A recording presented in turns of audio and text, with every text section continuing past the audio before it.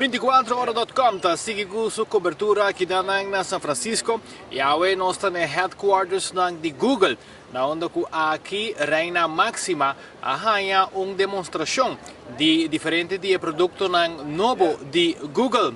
Google, maneira que o gente está, é uma companhia global grande que tem mais de 160.000 pessoas que trabalham mundialmente. De 160.000, mais ou menos 40.000 está aqui na área de São Francisco. Tem diferentes campos onde a gente também trabalha. Nós conversar com ele e apontar um tique de contato e diferença depois da pandemia, onde durante a pandemia a maioria da gente estava trabalhando fora na mesma casa. No caso aqui atualmente, a maioria da gente está vindo back trabalho, mas não todo dia de trabalho, mais ou menos 3 dias para semana, não também trabalho e outros 2 dias ou 3 dias não trabalha fora da casa. Lo qual a reina Amira Awe estava uma demonstração específica de Google Earth, com essa aqui por ajuda Direito Mundo. And so this is obviously a big problem for us for climate action.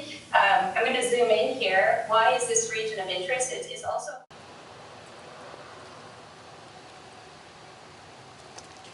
E depois de nós subir bike para Hopi Aya, nós subir Google Bike. Que tem bike que nós usa para assim correr full round de diferentes campos.